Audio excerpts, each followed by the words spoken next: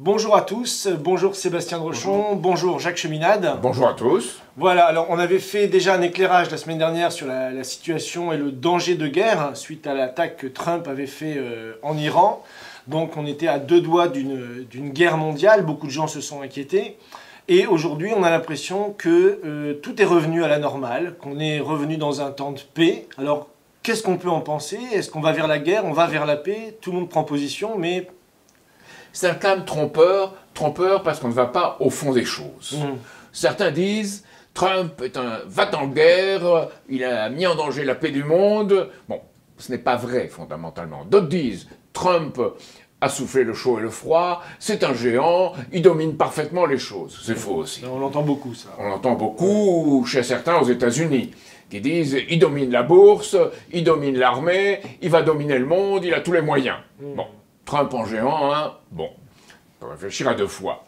Ce qui arrive en réalité, c'est que Trump veut stabiliser les relations dans le monde parce qu'il veut des deals, comme il dit, c'est-à-dire des accords, des arrangements qui permettent d'avoir des relations internationales où chacun pourra, à son avantage, gagner des positions, gagner de l'argent, etc. Bon. En même temps, il a lancé cette opération contre l'Iran et ça ne colle pas. L'assassinat de Soleimani est quelque chose qui aurait pu déclencher, qui pourra encore déclencher des conséquences qui ne sont pas contrôlables. Alors, il faut comprendre une chose. On a vu Trump sur Fox News, par exemple, où il dit d'un côté qu'il est pour le dialogue avec la Russie, pour la paix, etc.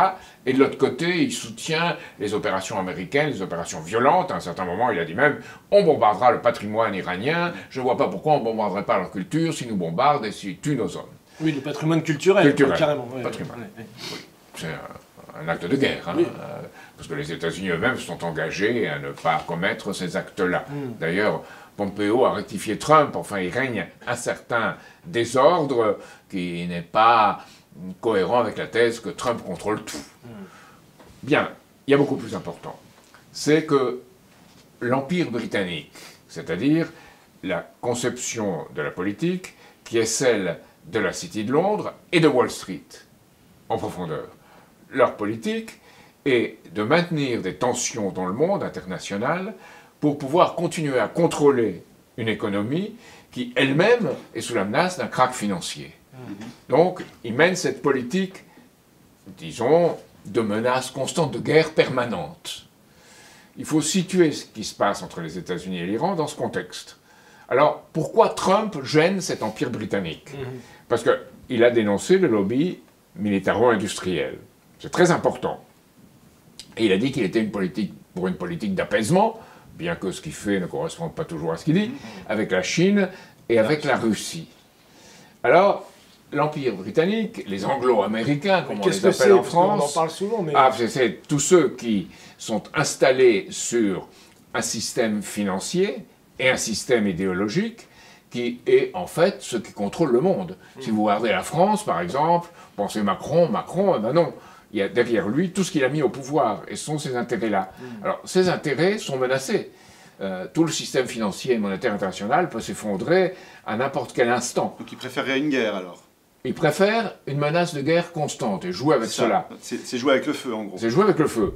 Alors, il y a un magazine britannique qui s'appelle The Spectator, qui avait dit, pour cela, Trump nous gêne. Parce que s'il s'oppose, comme il l'a dit, au lobby militaro-industriel, c'est nous. C'est le système financier protégé par l'armée américaine. C'est la somme de Wall Street, il faut penser aussi à Silicon Valley, protégée par l'armée américaine. Alors ça, non. Il ne faut pas que cela soit menacé. Donc, ils disent, il faudra un jour se débarrasser peut-être de Trump. Ils envisagent l'assassinat, clairement. Ils envisagent la destitution, qui ne peut pas marcher puisque le Sénat ne la votera pas. Qu'est-ce qui reste? La révolution de palais. Et c'est une véritable révolution de palais qu'on a vue. L'attitude de Trump était l'attitude de quelqu'un qui est sous des pressions énormes de son entourage. Ça s'appelle une révolution de palais, c'est-à-dire son entourage qui le virerait, ou c'est quoi? C'est son entourage, Pompeo, Pence et Esper. C'est le secrétaire à la Défense. Esper, qui est secrétaire à la Défense. Esper qui a déclaré maintenant sournoisement, qu'il n'y avait aucune preuve que Soleimani ait menacé les ambassades américaines. Donc c'est un croche-pied fait à Trump.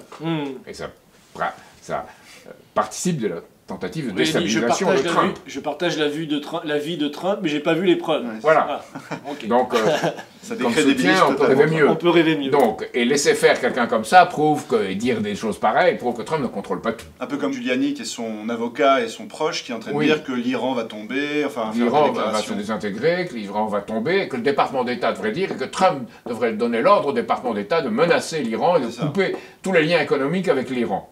Donc on voit un entourage pas spécialement très bons conseils. C'est un entourage, disons, qui n'est pas en accord avec les proclamations de Trump en faveur de la paix mondiale. Oui, moins qu'on puisse dire. Mais c'est important parce que...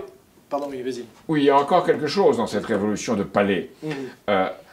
Cette révolution de palais, c'est faire en sorte, comme l'assassinat semble difficile, la destitution pas possible, donc on contraint Trump en créant un entourage autour de lui, politique, émotionnel, il est sujet à un entourage émotionnel, et à des pressions pour qu'il adopte la politique de l'Empire britannique. Hélas, dans ce segment-là, l'affaire iranienne, notre analyse, c'est qu'il l'adopte.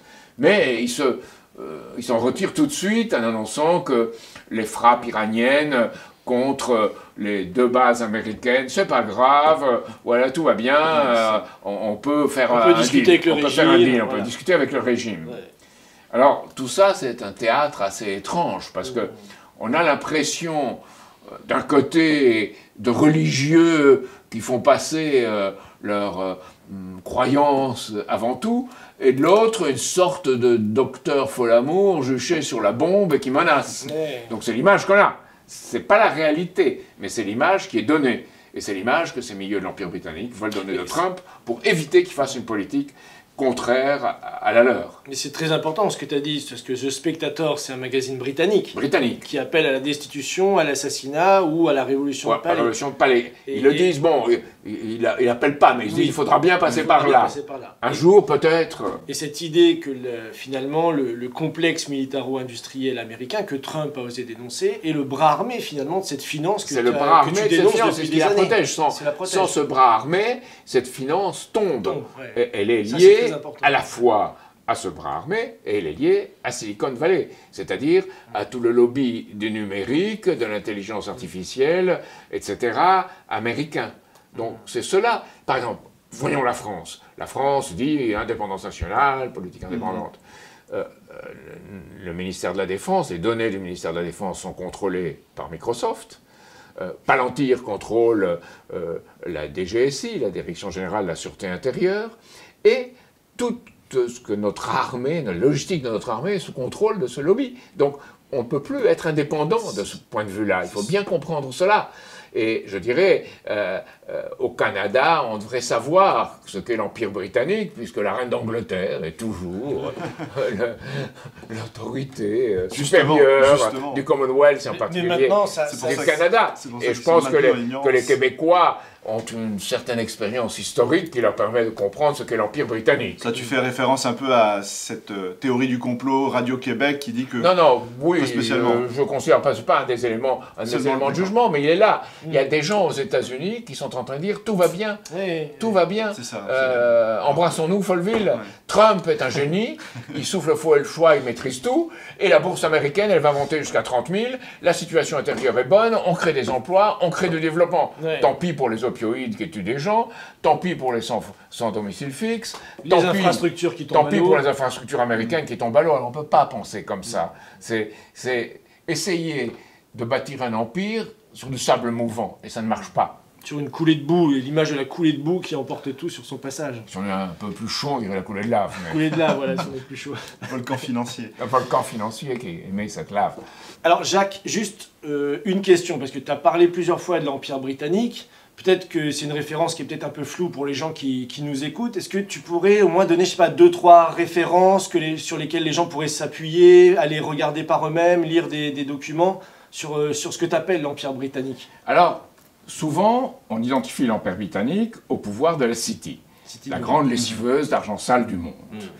C'est quelque part vrai, mais c'est aussi réductionniste. Ce qu'il y a derrière toute idée d'empire, c'est une certaine conception de l'homme que l'on peut contrôler, que l'on veut exploiter et que l'on traite comme un pion. C'est l'idée de l'Empire britannique. Alors, les régimes autoritaires, totalitaires, comme par exemple le nazisme, le fascisme, pensaient on désigne un ennemi, on l'écrase. L'Empire britannique est plus subtil. Il est basé sur l'idée que l'homme étant manipulable, on peut opposer ceux qui peuvent devenir vos ennemis les uns aux autres et les jouer les uns contre les autres. C'est pour ça que l'Empire britannique a toujours de fer au feu et joue l'un contre l'autre en prétendant être d'un côté ou de l'autre, tour à tour. Dans la politique intérieure britannique, un parti conservateur, un parti libéral, puis un parti travailliste, qui s'opposent. Mais en fait, tout le monde est d'accord pour le Commonwealth, rouler Britannia, et une conception de l'élite qui domine un peuple. Et la City. Donc le peuple ne participe pas. L'élite, la City étant le bras armé de cette élite. Alors qu'est-ce que ça veut dire concrètement dans la politique internationale? Ça veut dire la géopolitique. Ça veut dire l'idée que le vainqueur ramasse toute la mise. Et pas que c'est un système gagnant-gagnant pour le développement mutuel. Et ce que nous défendons, c'est ce système gagnant pour le développement mutuel. Alors cela a été dit dans l'histoire. Ça a été dit par Mackinder, par exemple, qui disait, si on veut contrôler le monde, il faut contrôler l'île, ce qu'il appelle l'île du milieu. C'est-à-dire ce qui est entre l'Europe et l'Asie. On contrôle ça, on contrôle tout, et on oppose les uns aux autres. C'est Bernard Lewis qui avait son plan pour toute l'Asie du Sud-Ouest, en disant, voilà, il faut empêcher que les puissances orientales, la Russie en particulier, accèdent aux mers chaudes, et il faut, nous, conserver le contrôle sur cette partie du monde avec un arc de crise où on joue les uns contre les autres, et au passage, on ramasse le pétrole au prix le meilleur marché possible et sous les meilleures conditions de contrôle. Le plan Sykes-Picot avait été l'exemple de ça. Seulement, l'Empire britannique s'était partagé entre la France et l'Angleterre, le Grand Empire et l'Empire moyen, s'était partagé le Proche et Moyen-Orient. C'était juste après la Première Guerre mondiale. Juste après, pendant la Non, Première Guerre mondiale, 1917. 1917. 17 ou 16, Ouais. je ne me souviens pas. Pendant, C'était pendant la guerre. Ouais. Et ce qui est frappant, c'est que Sykes, le représentant anglais, a signé avec un crayon, et Picot, le représentant français, avec ce qui à l'époque était un stylo. Donc, l'un a signé en pensant que c'est ferme, et l'autre a signé en pensant qu'on pouvait toujours profiter des circonstances et revenir en arrière. Les Anglais laissaient supposer qu'ils allaient peut-être revenir en arrière. Le de fer au feu, c'est ça. Et la France a suivi souvent, a appliqué une politique, notamment en Afrique, qui était similaire, ou disons, imitée de celle de l'Empire britannique. Sauf que l'Empire britannique est plus subtil. En France, on voulait, pour les Africains, leur faire parler français, les faire devenir français sans tenir compte de leur histoire ni de leur passé. L'Afrique n'est pas rentrée dans l'histoire, comme disait Sarkozy dans le discours écrit par Guénaud. Et de l'autre côté, les Anglais disaient très bien, débrouillez-vous entre vous, battez-vous entre vous, nous vous contrôlerons, gardez vos langues, gardez tout ça. Nous gardons le pouvoir économique et nous gardons nos, disons, c'était à certains moments nos représentants blancs, à d'autres moments ça sera nos représentants noirs, mais ça sera toujours ceux qui contrôlent le jeu. Et c'est de cela qu'il faut sortir. Il faut sortir de cet empire britannique-là, qui a ses institutions aux États-Unis, comme Harvard. La John Kennedy School d'Harvard, c'est quelque chose qui est dans la tradition de l'Empire britannique, et on veut maintenant que l'ENA français corresponde à cette John Kennedy School de Harvard. Il y a aussi aux États-Unis le Council on Foreign Relations, réunissent tous ces gens, j'ai eu l'occasion dans ma vie de rencontrer, qui se comportent comme des anglo-américains. Donc il y a cette influence anglo-américaine qui est une mutation de l'Empire britannique aujourd'hui, et qui n'est pas basée sur un territoire, qui n'est pas basée sur un peuple, qui est basée sur une manière de penser, auquel la France est naturellement opposée, parce que comme De Gaulle l'avait dit, la France est une certaine idée qui est, quand De Gaulle disait de Valéry Giscard d'Estaing, son problème c'est le peuple, c'est que certaines idées reposent sur le peuple. Elles reposent sur l'intérêt de la nation et la parole au nom de ça qu'elle doit dire au monde, qui est la parole de paix par le développement économique mutuel. J'insiste, l'entente et la détente et la coopération. Et c'est ça le contraire de l'Empire. Alors, évidemment, il y a autre chose qui est le fondamental. Et il y a tout un théâtre d'ombre qui se déroule devant nous, qui cache ce qui est fondamental. Ce qui est fondamental, c'est d'avoir des États qui assurent à l'intérieur d'eux-mêmes la justice sociale et le développement économique, et qui, dans le monde, se battent pour la paix. C'est pour ça que c'est toujours nécessaire, malgré le fait qu'on ait le sentiment que peut-être la paix est là et qu'il n'y a plus de problème, que Poutine, Trump et Xi Jinping se rencontrent. C'est dans un monde fake, c'est une fake peace, c'est une fausse paix. D'accord, mais là... Donc il est essentiel que Trump, Poutine et Xi Jinping se rencontrent. Maintenant, avant, disons, le renouvellement du serment de l'Elbe, quand les troupes russes et les troupes soviétiques à l'époque et les troupes américaines s'étaient rencontrées, plus jamais ça, plus jamais la guerre. C'est au mois d'avril. Contre le fascisme, c'est le 26 avril.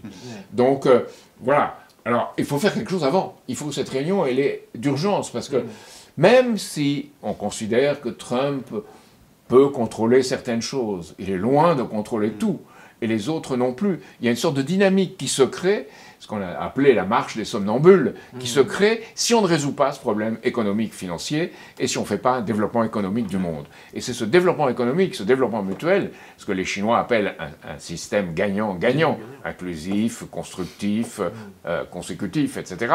C'est ça qu'il nous faut, et il nous le faut très vite dans le monde. Et en même temps, un pays comme l'Iran ou d'autres pays ne considéreront que leur sécurité est assurée, et leur souveraineté nationale, que s'il y a l'engagement d'au moins ces 3 principaux pays du monde. J'ajouterai l'Inde, et j'ajouterai que la France devrait être ce qui inspire ça. Si on avait un président de la République, il dirait publiquement que cette conférence à 3 est nécessaire, et il ferait ce que De Gaulle avait fait lorsqu'il avait réuni à Paris Khrouchtchev, Macmillan et Eisenhower. On devrait refaire ça. C'était ça qui était l'opposé au complexe militaro-industriel. Eisenhower l'a dénoncé déjà, bien. Oui, en 61, juste après. Ouais. Juste après que la réunion de Gaulle ait échoué, parce que les milieux, à l'époque de la CIA anglo-américains, avaient envoyé cette U-2 au-dessus de la Russie pour qu'il soit abattu, et qu'à ce moment-là, on dise non, on ne peut pas faire cette conférence. Or, quand on abat un avion en vol, dans des circonstances curieuses, il y a toujours un loup derrière, et quelque chose qui est très dangereux pour la paix. Alors, il faut que ces conditions de la paix se réunir à 3, c'est très bien.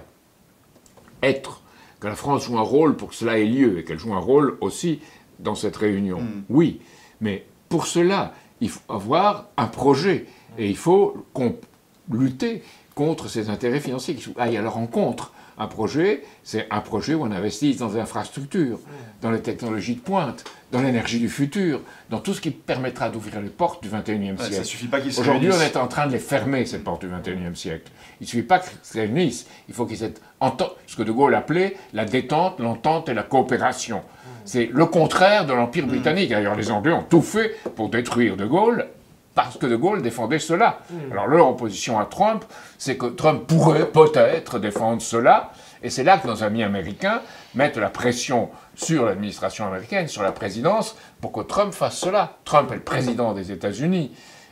Changer de cheval en cours de route, comme certains le veulent aujourd'hui, comme les démocrates le veulent, c'est déstabiliser tout le système.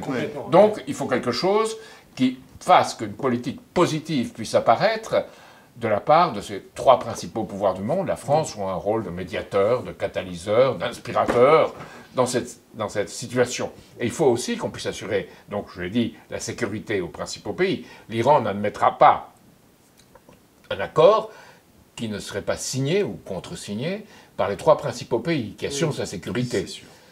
On dit même que l'Irak, lui, avait cherché à s'entendre avec la Chine, et qu'il y avait un accord pour la fourniture de pétrole irakien à la Chine, avec un fonds qui en Chine serait bloqué, et contre cela, la Chine donnerait des crédits 5 fois supérieurs à l'Irak, dans tout ce qui permettrait de le reconstruire. L'Irak a été un pays dévasté par les Américains. Or, Trump, qu'est-ce qu'il dit? Il dit au contraire, il faut retirer nos troupes, mais pour ça, il faut que l'Irak paye, et paye les 6 milliards que nous avons perdus dans cela. Je dis, c'est irresponsable, cette partie-là est irresponsable. Autant, je dis, il faut faire avec Trump, il faut que Trump fasse une politique qui corresponde à celle du peuple américain, qui suive ses instincts. Il a parlé du système américain d'économie politique, qui suive ses instincts, mais qui ne tombe pas dans le jeu de l'ennemi, et qui s'y vautre pas. Et qu'il arrête de souffler le chaud et le froid, mais qu'il y a un moment donné une cohérence. Il arrête de souffler le chaud. Et le chaud, Alors, donc, il y a autre chose encore à ajouter.